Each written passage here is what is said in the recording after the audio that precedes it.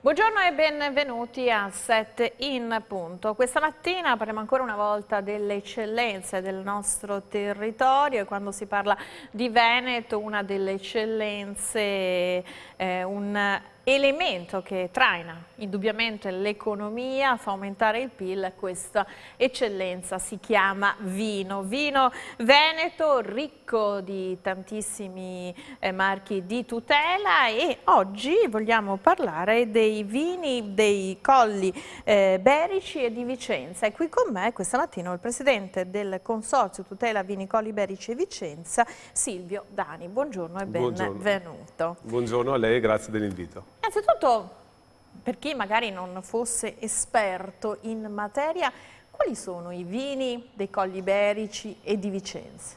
I vini di Colli Berici sono principalmente il vitigno rosso bandiera che troviamo solamente sui Colli Berici e il Thai rosso. Poi abbiamo il Cabernet Sauvignon, il Cabernet Franc, il Carmenère. Di recente introduzione abbiamo anche il Pinot Nero. Per i vitigni bianchi invece abbiamo la Garganega, che è il vitigno più storico presente sui Colli Berici. Poi abbiamo il Sauvignon bianco, il Pinot bianco, il Manzoni bianco e altri vitigni minori che non sto qui a citare adesso. Avete un'immensa varietà di opportunità? Sì, sicuramente sì. Il vostro consorzio, perché che progetti ha a scadenza? Un consorzio di tutela sicuramente cura, no? Quelli che sono i marchi certificati. Attualmente di quanti DOCG disponete? Dove volete arrivare? Quali sono le aspirazioni, i vari passi? Allora diciamo che il consorzio si è posto degli obiettivi e tra gli obiettivi principali è quello di creare un vitigno di riferimento principalmente rosso, perché i Colli Berici sono vocatissimi per i vini rossi, ma hanno anche una forte tradizione dei vini bianchi. Quindi stiamo lavorando per creare questo prodotto fatto con un taglio dove il Thai rosso, che è il vitigno principe del territorio, che ce l'abbiamo solo noi come dicevo prima, e gli altri vini, principalmente il Merlot, dove nel nostro territorio viene benissimo con dei sentori fruttati potenti, una struttura molto potente. E poi anche un vino bianco dove principalmente ci sarà la Garganega, tagliandolo con gli altri vitigni presenti. Questo praticamente i vitigni bianchi faranno il riassunto di tutte quelle che sono le varie varietà del territorio e il vino rosso farà il riassunto di quelli che sono principalmente i vitigni rossi del territorio. Abbiamo lasciato tra l'altro anche margine di scelta ai viticoltori di capire quanto di una varietà rispetto a un'altra, perché vogliamo che ognuno dia un attimo il timbro di quello che crede sia l'espressione massima del territorio. Quindi praticamente state lavorando a due DOCG, bianca e rossa, che alla fine devono nascere da, lei parla di tagliare, no? Dalla sintesi dei vigneti che ci sono? Sì, esatto, non parliamo di DOCG perché attualmente non l'abbiamo ancora chiesta, quindi parliamo solamente di DOC. Questa magari sarà un'aspirazione per il futuro. Che differenza c'è tra DOC e DOCG? La DOCG praticamente è un passaggio dove c'è un ulteriore controllo, di fatto denominazione di origine controllata e garantita, cioè c'è una garanzia ulteriore dove per forza c'è una fascetta di Stato, perché ci sono ulteriori controlli che lo Stato fa per garantire che quel prodotto sia tal quale. Quindi al momento volete raggiungere due DOC? Al momento vogliamo raggiungere l'espressione di questi vino rosso e vino bianco, successivamente questa potrebbe essere un'aspirazione per dare ancora maggior lustro a questo territorio che ha sicuramente grande potenzialità per produrre vini d'eccellenza. Grande potenzialità, grandi vini, forse un po' in ritardo rispetto ad altri territori nel percorso di qualificazione che poi i marchi di riferimento, la DOC e poi successivamente la DOCG, servono per qualificare i propri prodotti, no? Perché certificare la bontà del prodotto e quindi affrontare mercati e situazioni di riferimento, di eccellenza, quindi è un'etichetta, no? che poi alla fine serve per puntare a quali mercati. Allora, sicuramente siamo un po' in ritardo rispetto a altri territori, però questa amministrazione ha trovato uno stimolo molto forte per recuperare questo ritardo. Quello che non ci spaventa è il fatto che le potenzialità ci sono, non solo dal punto di vista qualitativo, ma anche dal punto di vista della bellezza del territorio. tanto che per legare il vino sempre di più al territorio, prossimamente in accordo con l'amministrazione del comune di Ionigo apriremo un'enoteca dei Colli Iberici, dove ci sarà all'interno un ufficio turistico per divulgare tutto ciò che si può fare nei Colli Iberici, perché non so lei se ha avuto modo e il piacere di girarli, però sono un territorio ancora, ad esempio la parte più a nord è molto movimentata, lussureggiante, poco sfruttato, mentre la parte meridionale è più pianeggiante e offrono delle bellezze sicuramente perché non La mai viste. famosa Pedemontana Vicentina, no? Sì, vicino alla Pedemontana Vicentina.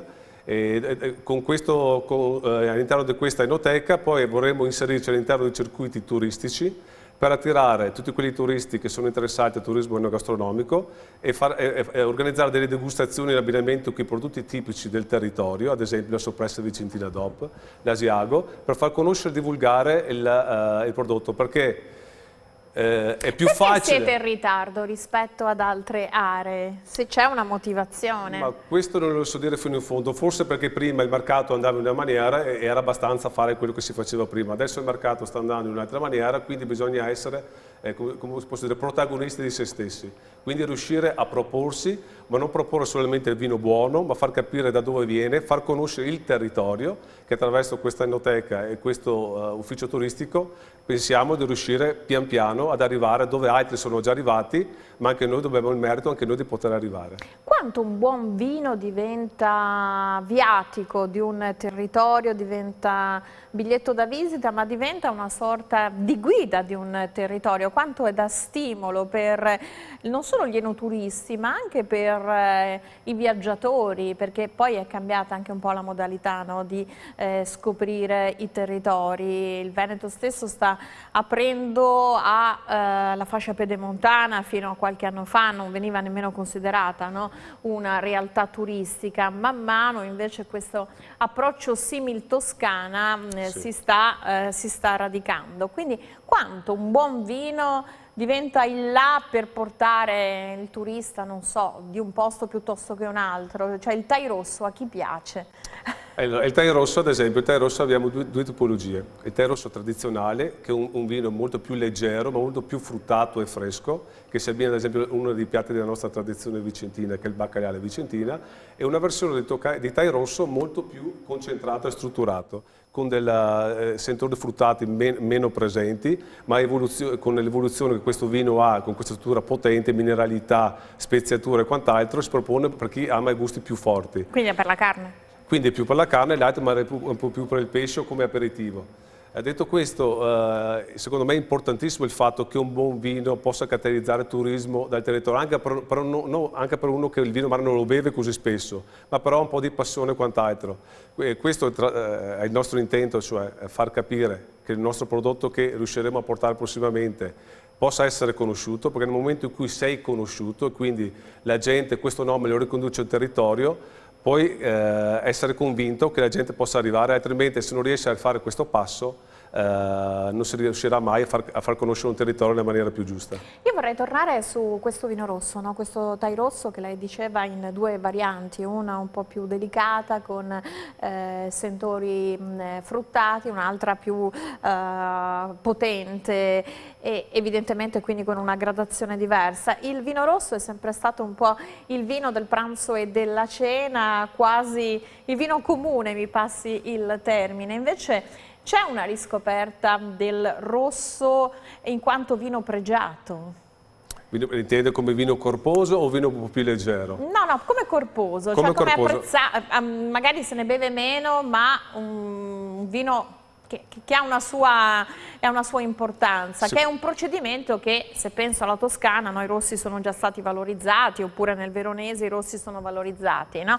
Però in Veneto magari il rosso è un po' una Cenerentola, è una mia idea. Visto che invece voi avete il Thai rosso che è una specificità, ritengo che possiate anche emergere in un panorama di vini veneti con una caratteristica esclusiva. Sicuramente lei ha detto una parola chiave, quello che si beve meno, però nel bere meno si vuole bere meglio. E quindi sicuramente, quello con tutti i vini, secondo me. Quello con tutti i vini. Però, bianchi, rossi.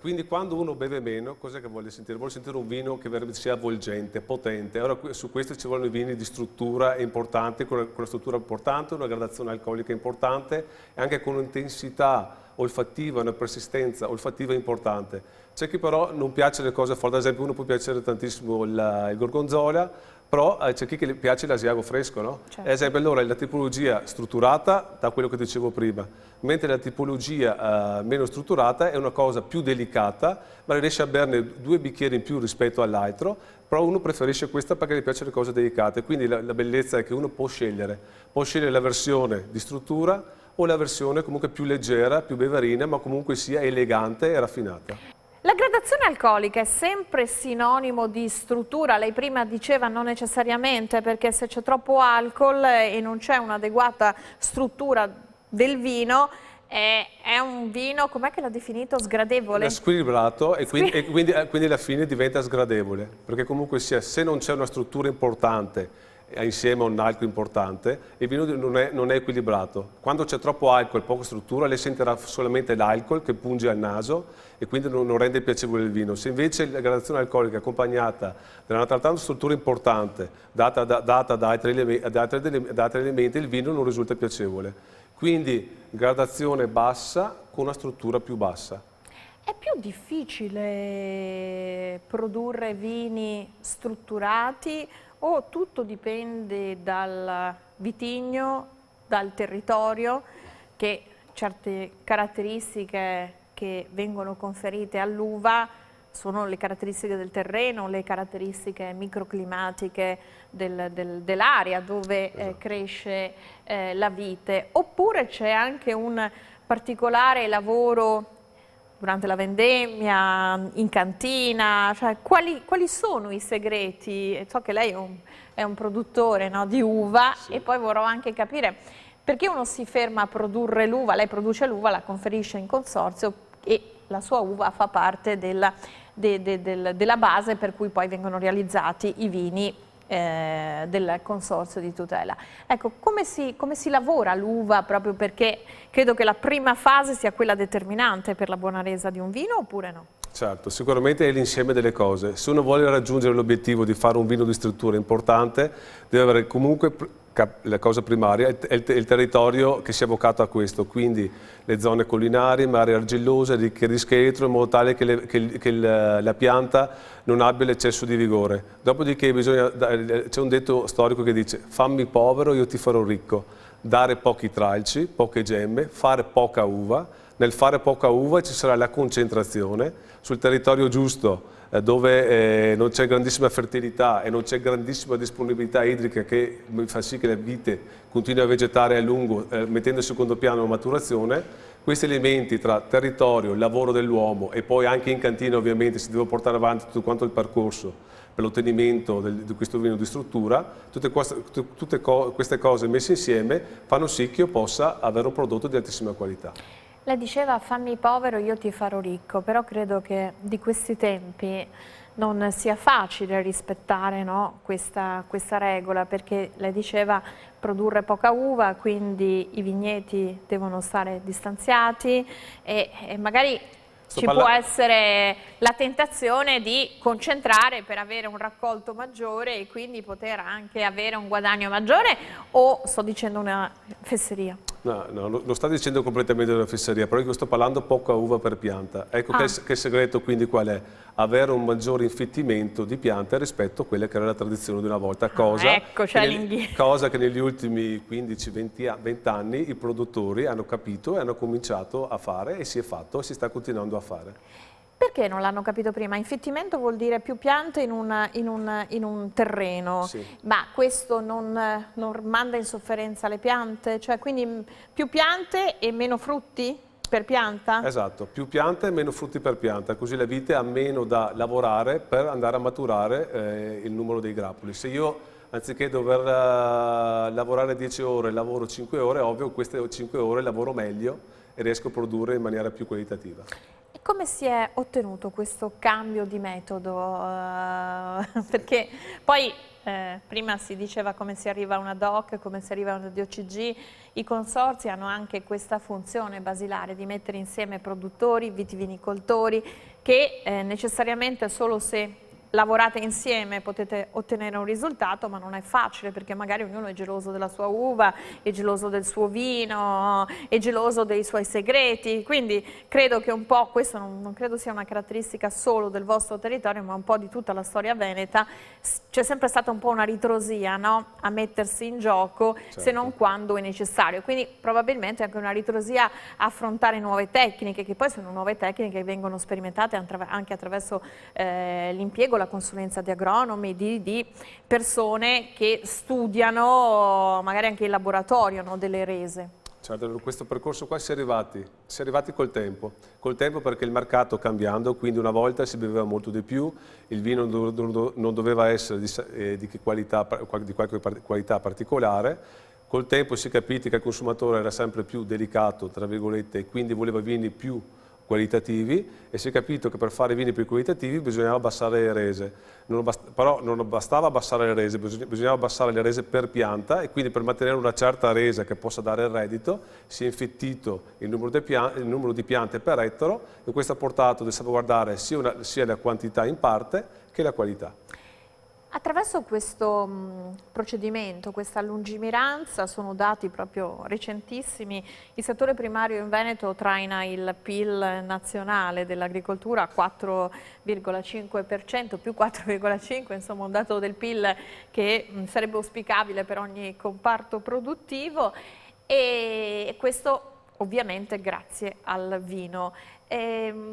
Avete consapevolezza che questo investimento fatto negli anni vi sta dando dei risultati? Cioè, lei parlava di rendita, no? Di reddito, ecco, c'è questa oggettiva evidenza che insomma produrre uva, fare vino, tutto sommato è una scelta di vita che in qualche modo ripaga, visto la debacle di altri comparti?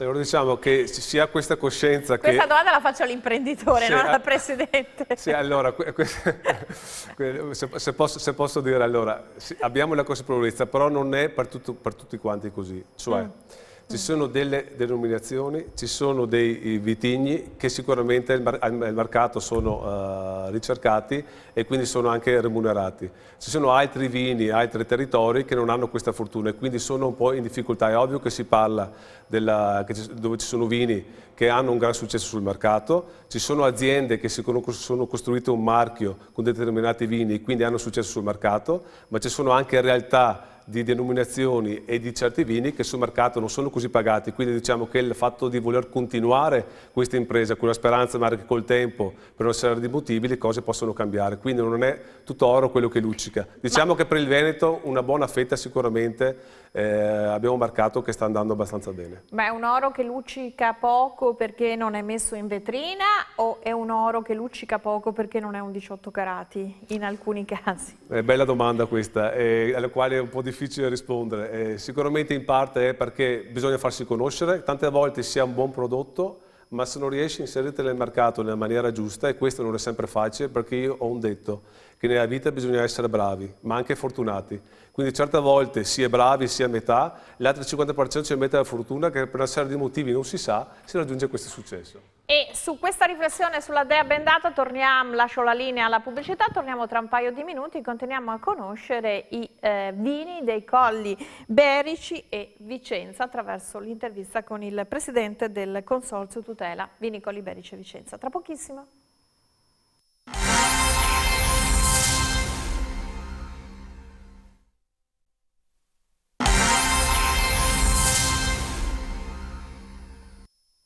Siamo tornati in studio, con noi questa mattina Silvio Dani, Presidente Consorzio Tutela Vini Colli Berici e Vicenza. Stiamo parlando di questi vini che attraverso il Consorzio stanno cercando, no, di riconquistare il tempo perduto da un punto di vista della comunicazione, della visibilità e della presentazione sul mercato attraverso un processo di realizzazione di 2 DOC, una bianca ed una rossa, quindi anche una sfida interessante e lei, oltre che essere il Presidente del Consorzio e quindi ha molte gatte da pelare, credo, perché deve mettere d'accordo molte realtà, molti imprenditori, magari alcuni che hanno una visione tradizionale, altri che vorrebbero fare una corsa in avanti, perché poi appunto oggi il vino diventa anche uno strumento per sviluppare l'enoturismo e credo non sia facile, no? Tenere, lei parlava dell'apertura di un'enoteca, non sia facile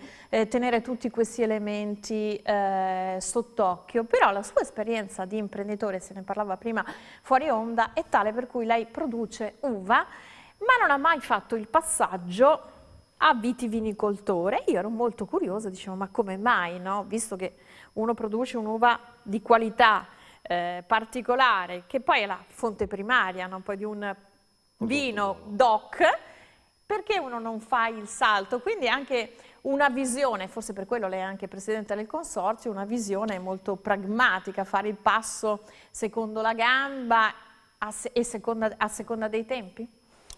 Allora, questa è una domanda alla quale non è facile rispondere, nel senso che anche perché durante la mia vita un po' di aspirazione aver fatto il passo ci sarebbe stata, però diciamo che per una serie di vicissitudini familiari mi sono trovato sostanzialmente da solo, quindi il pensare di portare avanti, di costruire un'azienda da zero, fare una cantina, commercializzare, non si può essere da soli. Bisogna ecco, perché per essere vitivinicoltore bisogna produrre, avere i vigneti, ma anche poi avere tutto il ciclo produttivo, esatto, che significa come si dice, la maturazione in cantina e poi l'imbottigliamento e poi la commercializzazione. Bravissima, questi sono i punti. Bisogna saper coltivare bene l'uva in vigna, bisogna saper fare il vino buono, bisogna saperlo commercializzare e vendere. Quindi questi tre elementi insieme non lo può fare una persona da sola, qui ci vuole una squadra, una famiglia o delle persone, dei soci che credono in questo sogno e che per questo sogno si mettono assieme e affrontano le difficoltà. Nel mio caso ero da solo, quindi ho pensato di specializzare la mia azienda sempre di più verso la qualità, verso il vino che il mercato vuole o comunque sapersi proporre al mercato attraverso il consorzio. E quindi questo è il motivo per il quale mi sono fermato a fare il produttore di uva. Però, voglio dire, non mi sono fermato lì, visto che le mie aspirazioni erano tra l'altro quelle di far conoscere il territorio che io amo e dove opero, che sono i Colli Iberici, perché tante volte durante la vita del ci sono dei momenti di difficoltà che ci sono stati, cito ad esempio la flavescenza dorata che ha messo in ginocchio che è una malattia della vite, che ha messo in ginocchio il territorio per un paio d'anni, quindi anche lì ci si doveva un attimino riprendere con tutte le difficoltà economiche. Che cosa ha comportato? Perché lei dice dorata, sembra una flavescenza dorata perché la foglia diventa sì, immagino, però sembra un po' una beffa, no? Un giallo dorato che però non è un oro che si può vendere, ma fa solo del male in vigna. Praticamente porta è un parassita? È un micoplasma, quindi un fungo che viene trasmesso attraverso un insetto sulle piante e che ha fatto sì che ha decimato più del 50%, ad esempio parlo per la mia azienda, dei miei vigneti, quindi ho dovuto togliere i vigneti, però questa è stata tra l'altro un'occasione per fare il passo, portare i vigneti verso la meccanizzazione. Quindi c'è stato un cambio varietale e un cambio verso una produzione più qualitativa, ma anche cercare di meccanizzare il più possibile tutte le fasi per la produzione dell'uva. Quindi diciamo che possono essere meccanizzate? Anche la vendemmia? Soprattutto la vendemmia però può essere meccanizzata. A uno verrebbe in mente, si perde la poesia della raccolta manuale, magari in un immaginario collettivo si crede che togliere grappolo per grappolo garantisca una miglior qualità dell'uva, invece non c'entra nulla, anzi... Può essere vero, ma in minimissima parte, perché le nuove tecnologie che ci sono... È un'idea romantica. Con la vendemmiatrice sicuramente possono preservare al 100% quelle che è la qualità dell'uva, quindi ovviamente anche io quando piccole porzioni le vendemmio a mano ho sempre quel ricordo di una volta con tutta quanta la famiglia che si andava a vendemmiare e qui è un momento di festa, è esatto, più un momento turistico potrebbe essere. Sì, esatto, però per certe zone molto impervie è ancora una cosa attuale comunque, perché la meccanizzazione non si può fare dappertutto, bisogna avere dei territori portati perché le macchine possono sopportare delle dipendenze fino a un certo punto. Coltivare l'uva è faticoso?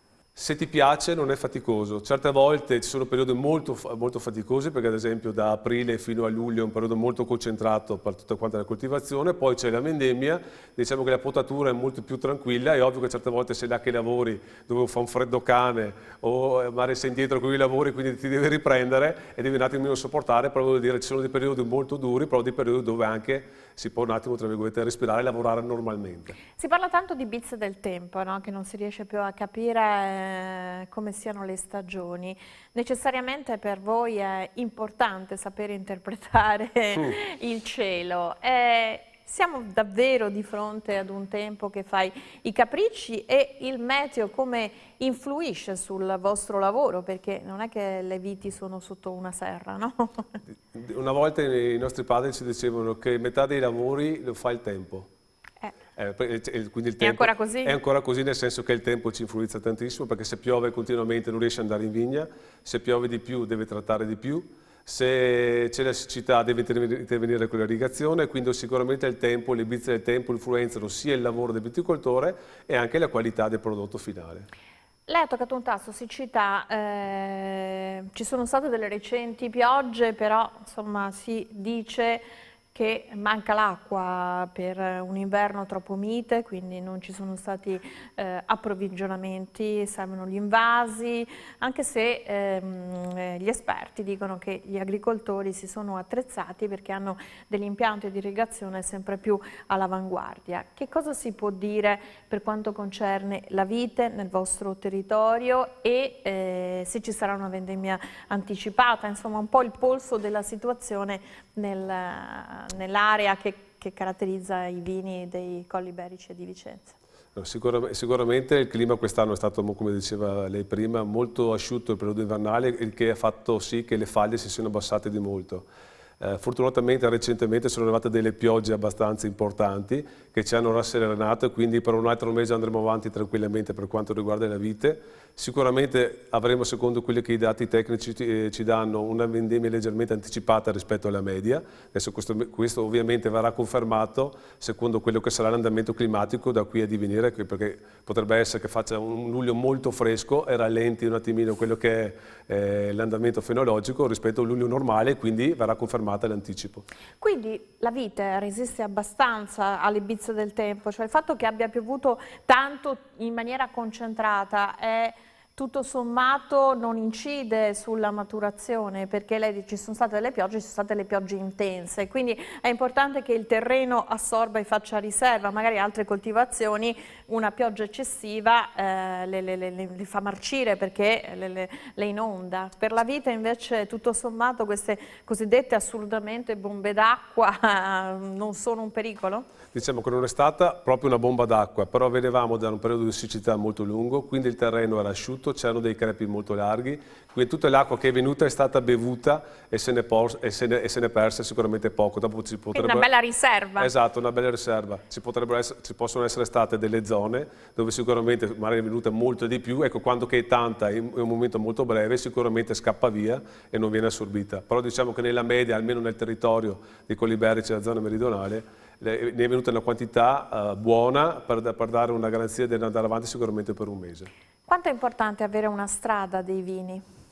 La strada dei vini è molto importante averla, perché questo, diciamo, che è quello che dal punto di vista turistico può far conoscere il territorio attraverso quello che è il vino, quell'abbinamento del cibo e le bellezze del territorio.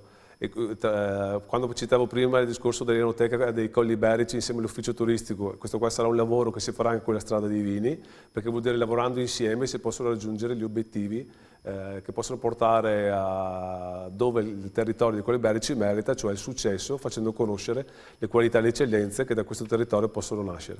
Io ringrazio Silvio Dani che ci ha parlato dei vini dei Colli Iberici di Vicenza, presidente del Consorzio Tutela Vini Colli Iberici di Vicenza, tanti progetti, tante aspirazioni che sono in corso d'opera, innanzitutto le due DOC, no? La rossa e la bianca. Esatto. Tempi di realizzazione secondo lei? Ci sono già dei prodotti fuori, però per l'Enoteca e l'ufficio turistico speriamo verso metà, fine settembre. Bene, in bocca al lupo, subito dopo la pubblicità un altro ospite e un altro argomento. Grazie. Grazie a voi.